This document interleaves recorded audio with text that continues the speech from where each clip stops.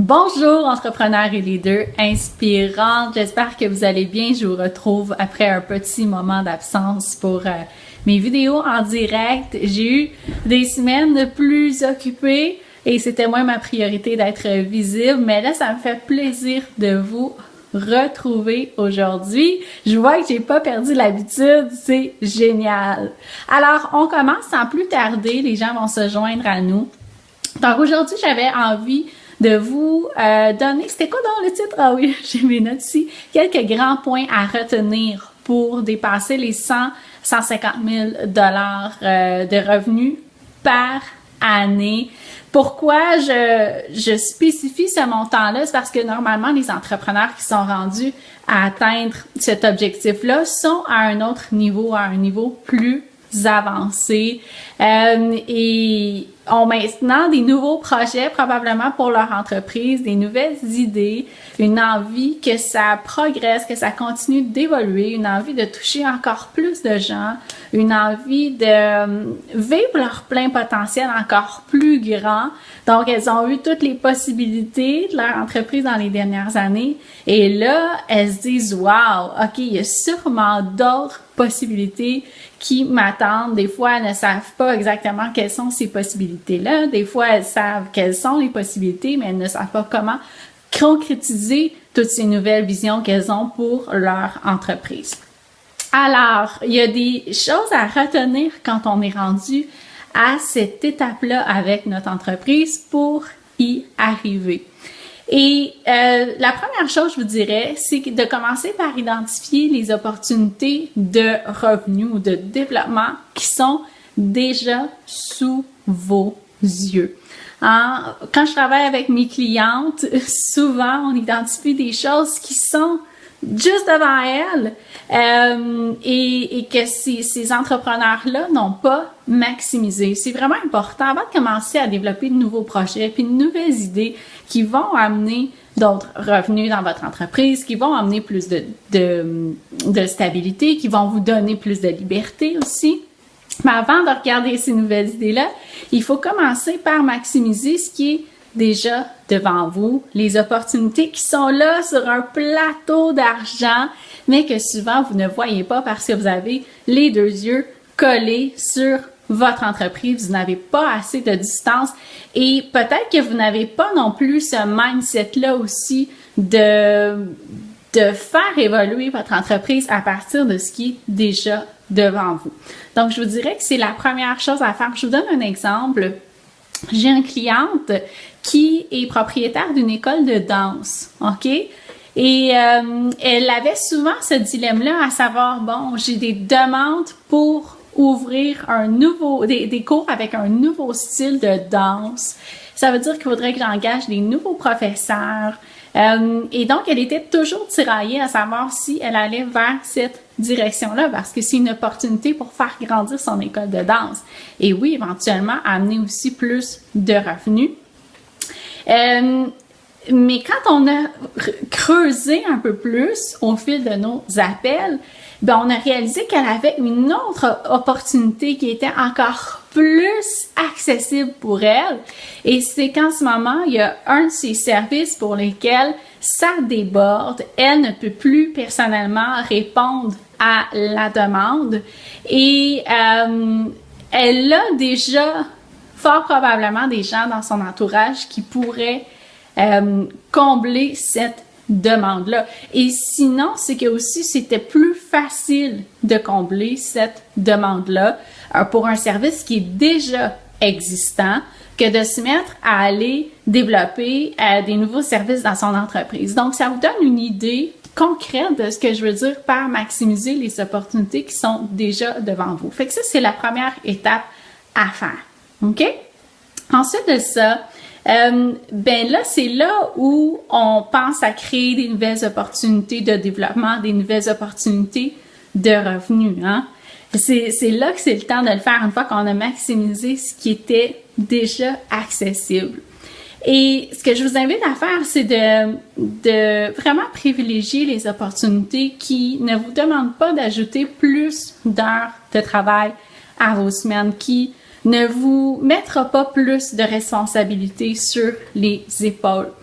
c'est sûr que quand on se met à développer des nouvelles opportunités de revenus dans notre entreprise, il peut avoir un surplus de travail qui arrive pour une certaine période. Mais cette période-là, normalement, elle devrait être assez courte ou moyennement courte, mais c'est pas sur du long terme, OK? Et ça, je pense qu'il faut en être consciente aussi. Et il faut être préparé à ça parce qu'il faut mettre les efforts, et surtout si vos activités en ce moment comblent une majeure partie de votre temps, ben à ce moment-là, il faut soit revoir comment vous fonctionnez, ça veut dire en prendre moins pour un certain temps pour pouvoir développer vos nouveaux projets, par exemple.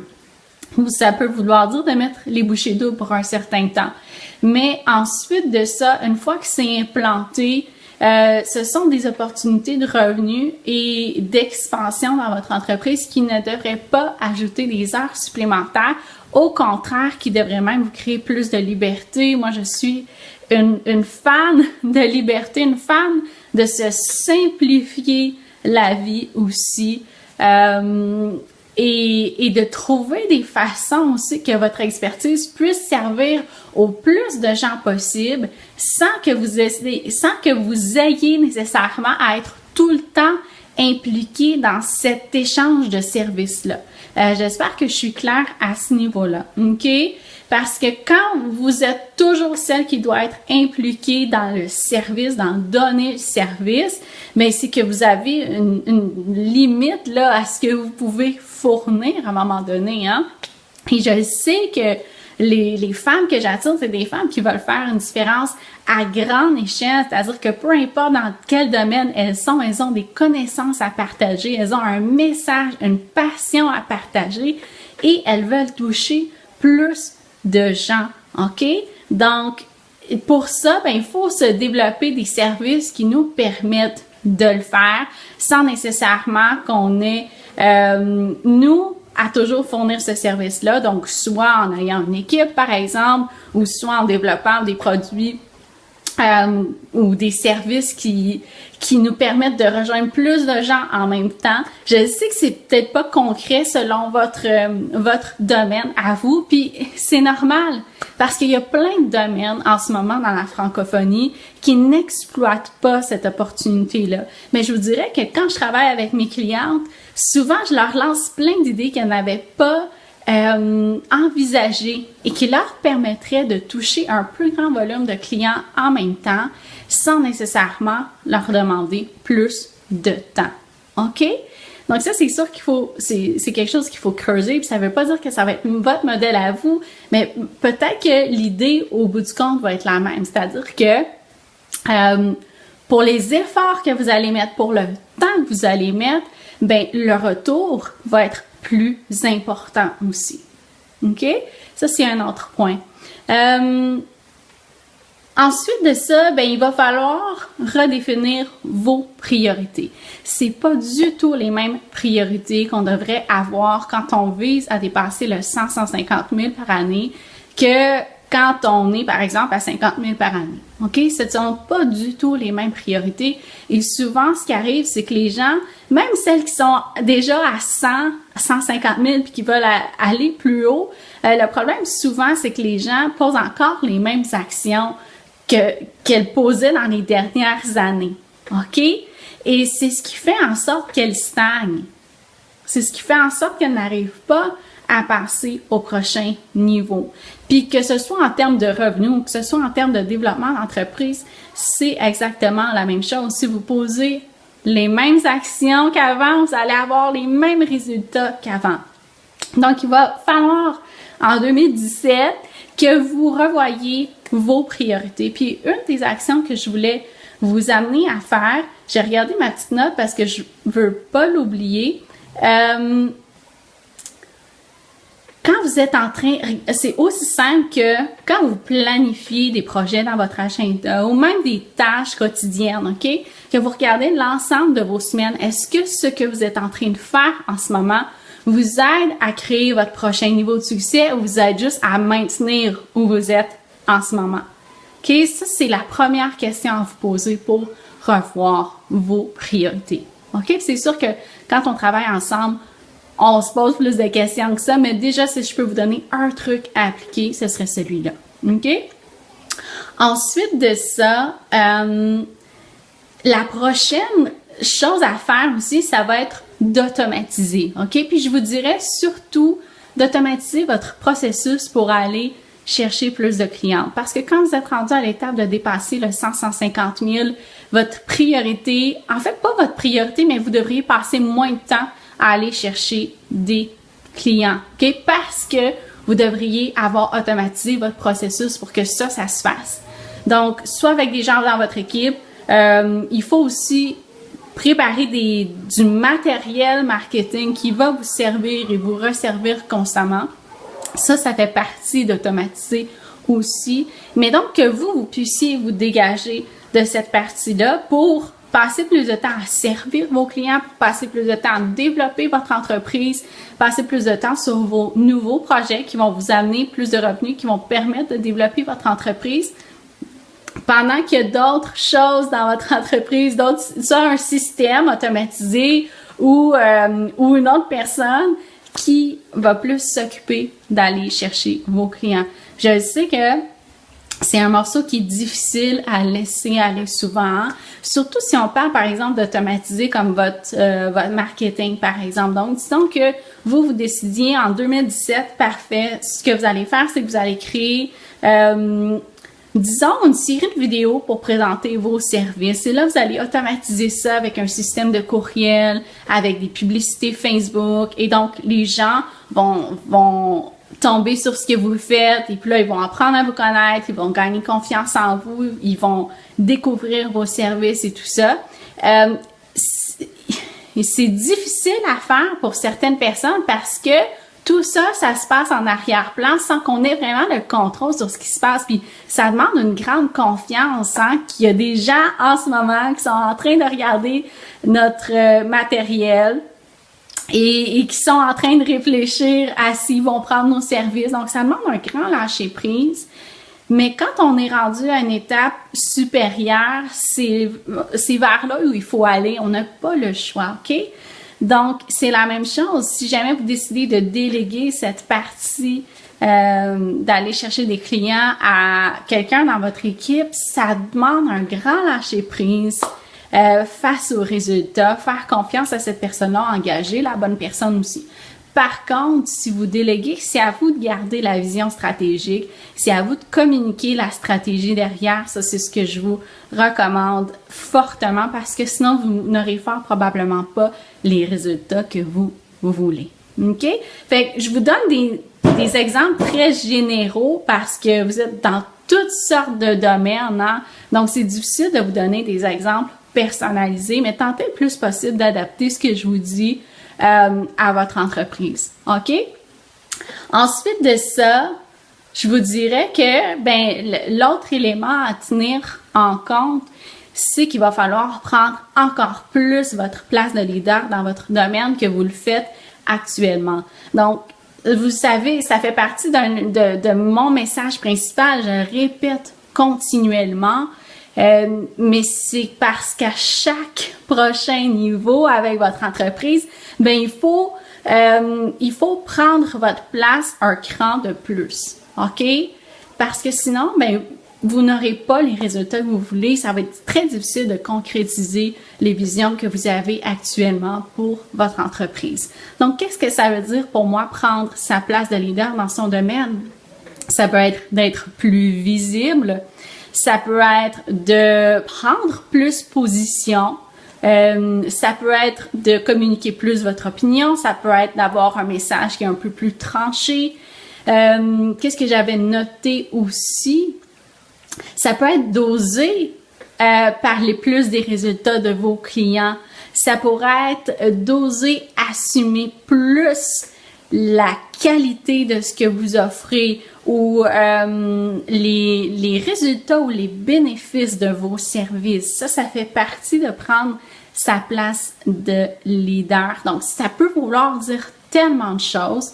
C'est à vous aussi d'évaluer dans votre marché actuellement, c'est quoi les opportunités pour prendre votre place de leader. comment vous pouvez le faire autrement que les autres. Et puis aussi, y aller avec qu'est-ce qui est aligné avec vous. Vous savez, ça aussi, ça fait partie de ce que j'enseigne. Mais je pense que le succès, ça part de l'intérieur. Et plus vous faites le travail intérieur pour vous, être dans votre leadership, plus ça va être clair comment ça doit se manifester à l'extérieur dans votre entreprise. Plus ça va être clair quelle direction vous allez prendre, vous, en 2017 pour prendre encore plus votre place de leader dans votre domaine. Donc, pas mal de points, hein? Je vais les répéter pour celles qui viennent de se joindre, juste les grandes lignes. Donc, on avait identifié les opportunités de revenus qui sont déjà sous vos yeux, qui vous sont offertes sur un plateau d'argent que peut-être que vous ne voyez pas actuellement ou vous ne savez pas comment les saisir. Ensuite de ça, créer de nouvelles opportunités pour développer votre entreprise, pour amener plus de revenus, mais des opportunités qui ne vous demanderont pas plus d'heures de travail. OK? Oui, peut-être sur le coup dans la mise en place, mais qui n'ajouteront pas d'heures de travail au fil du temps ou de responsabilité. Ensuite de ça, redéfinir vos priorités, automatiser et prendre encore plus votre place de leader. Alors, je vous rappelle qu'il y a l'atelier Amorcer 2017 en force qui a lieu ce vendredi. Si vous avez jusqu'à ce soir pour profiter du tarif réduit. Et je vous invite, le lien est en haut de la vidéo. Vous allez pouvoir cliquer. Il y a des détails qui sont là. Et puis, le formulaire d'inscription, c'est pas plus compliqué que ça. Donc, c'est un atelier où il va y avoir une partie d'enseignement, mais vous allez vraiment mettre en application ce que je vais vous montrer. Je vais vous faire passer par des étapes pour que vous arriviez à planifier la prochaine année. Et surtout que vous arriviez à planifier ces mois de 10 000, 20 000 $ de revenus que vous désirez atteindre en ce moment parce que vous avez vos raisons, vous avez vos projets, vous avez votre vision, vous savez que c'est les ressources que ça vous prend en ce moment ou tout simplement vous aimez le challenge, vous avez envie de vous donner ce défi-là. Donc, moi, je vais vous guider par les étapes pour y arriver. Et vous allez avoir la chance de recevoir du coaching personnalisé de ma part aussi. Il va y avoir des périodes vraiment où on va prendre des pauses. Je vais répondre à vos questions. Je vais vous offrir du coaching. Vous allez ressortir avec vos priorités. Je vais vous montrer comment déterminer vos priorités actuellement dans votre entreprise avec le premier exercice qu'on va faire ensemble. Puis après ça, on va vraiment rentrer plus dans la planification de 2017. Donc, c'est un bel atelier. J'ai vraiment hâte de vous voir. Ah, et en plus, j'ai ajouté le soutien dans un groupe Facebook qui va être juste pour les participantes. Et puis, je vais répondre à vos questions. Je pense que c'est à peu près une semaine et demie ou 2 semaines jusqu'après l'atelier, jusqu'au 21 décembre. En tout cas, je vais être là pour répondre à vos questions parce qu'il y a peut-être des choses qui vont monter après l'atelier. Si vous pouvez pas être là en direct à l'atelier vendredi, vous allez recevoir l'enregistrement, OK? Puis ensuite de ça, vous l'écoutez, puis je vais pouvoir répondre à vos questions sur le groupe Facebook. Alors, sur ce, le lien est en haut. Et ça fait le tour de ce que j'avais envie de vous dire aujourd'hui. Je vais refaire plus de vidéos en direct durant le mois de décembre. Je vais avoir plus de temps pour ça. Ça me fait plaisir de vous retrouver. Je vous souhaite une excellente fin de journée.